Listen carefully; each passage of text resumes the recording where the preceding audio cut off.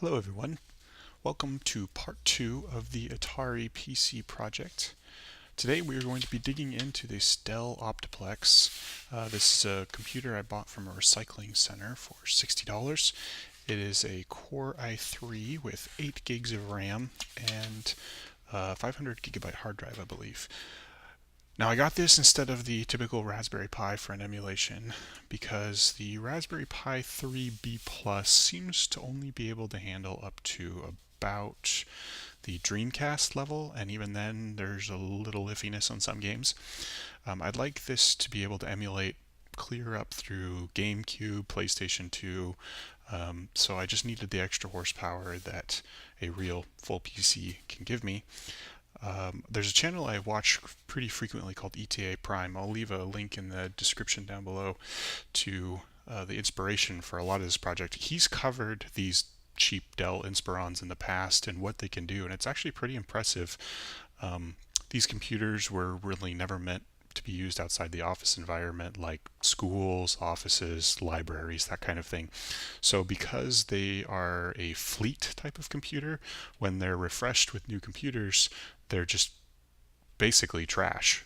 So you can get them at recycling centers very inexpensively. You can find them on eBay, but I found it's much less expensive if you can find a source locally like I did. So I recommend, if you're looking to get into something like this, see if there is any e-waste recycling places locally. I checked Craigslist.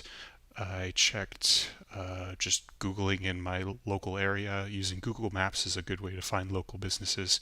And I found a local recycling center that way.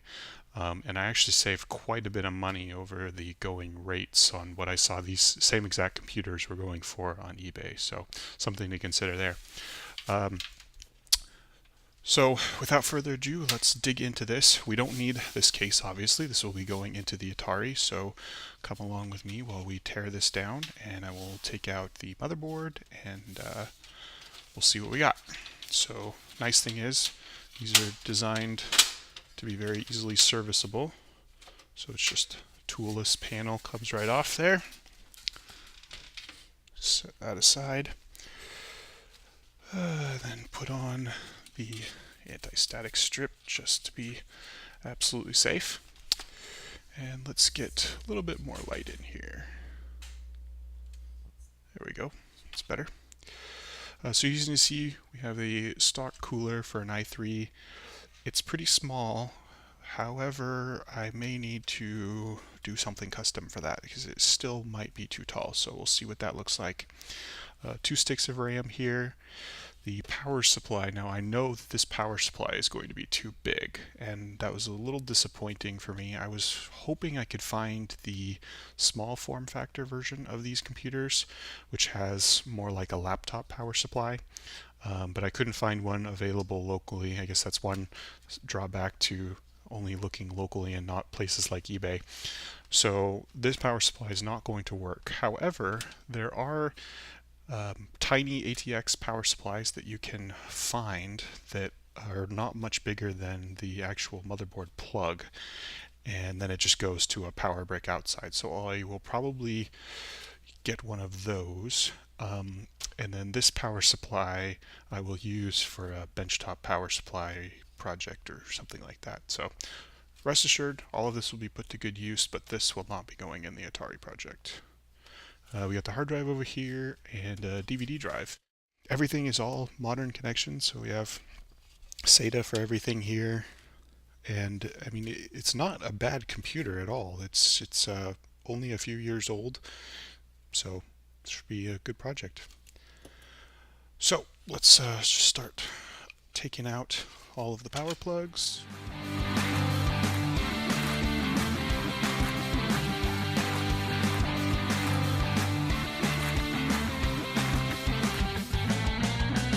Alright, let's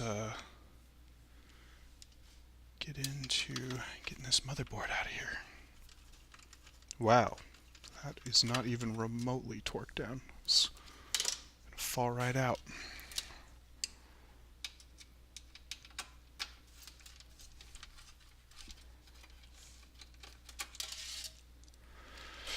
And it's not exciting to watch screws get undone, so enjoy a little time lapse of this section.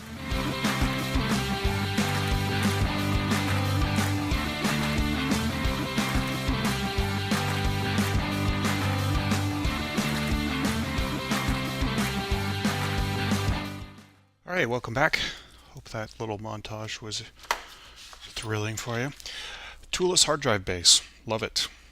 Again, it kind of lends itself to the office type of environment where these things are meant to be very easily serviceable by some IT department. So everything really came out super quickly, and that's great. Alright, so now we're down to just the motherboard here. I am not going to put in any kind of GPU or anything like that. I'm going to see what I can get out of just the onboard graphics. As soon as I start adding in GPU sort of stuff, I get into more space constraints. I seriously doubt I could use a card directly into here anyway, and even if I by some miracle am able to squeeze a GPU in there, it's going to have to be with an adapter cable or something like that, so I can lay on its side. But we'll get into that when we get closer to the end of the project. As far as I/O on these boards, turn it that way. So we have Ethernet, looks like USB 2.0 across the board. Yeah. And HDMI, which is really what I was looking for here. VGA, no need for that. And then audio. That's going to be good enough. This is just an emulation thing. I'm not looking for any heavy lifting really on this at all, so it should be ample. The 8 gigabytes of RAM is great. I think that's a bit overkill for what I'm trying to do, but hey, it was included, so I'll take it. Okay, here we are with the Atari case. I'm going to face it toward you guys, and we'll do the first kind of fit about what we got going on here. So, yep, as I suspected, it's just barely too small, so I'm going to need to do some surgery on the back here to push this out a little bit, and then I think I will need to make some kind of bump out cover. I think I can 3D print that, and that will make something that kind of sticks out like this and accommodates the I/O we have here.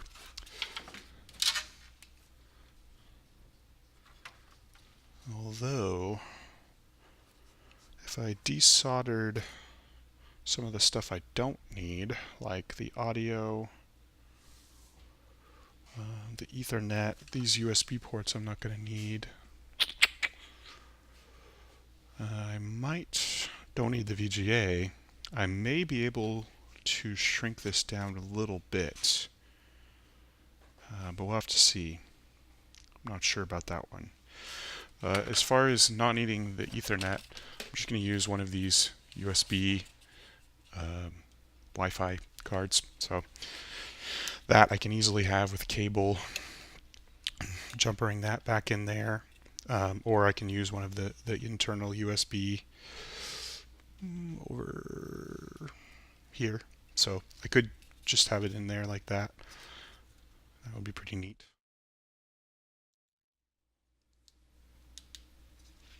So the total height safely about 2.6 inches. I'm going to call it 275 just to give myself a little bit of airflow across the top there. So 275, and then from the bottom here I'm actually only about 2.25 plus the height of this. So yeah, as I thought, this cooler is too big, and I'm going to have to figure out something with that. I think I can do some sort of side flow cooler. So let's take this off and see what we got.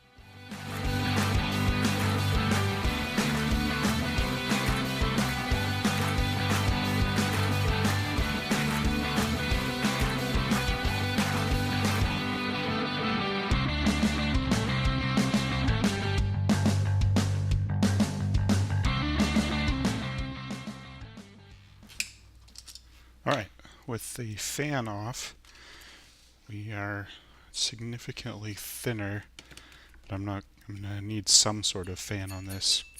So we'll be looking at very low profile coolers in the future, see what I can find, or I will make something custom with some heat pipes and then remote this fan and the cooler off to another location. But I think that's it for the moment. Looks like I've got some research, so next steps will be the cooler. I'm going to figure out where I'm going to mount this hard drive inside the case. Might have to go with an SSD there. So cooler, storage, trimming the back of the case, and 3D printing something to cover over the I/O in the back. So those will be coming up in the next video, and that's it. Thanks for watching, and I'll see you in the next one.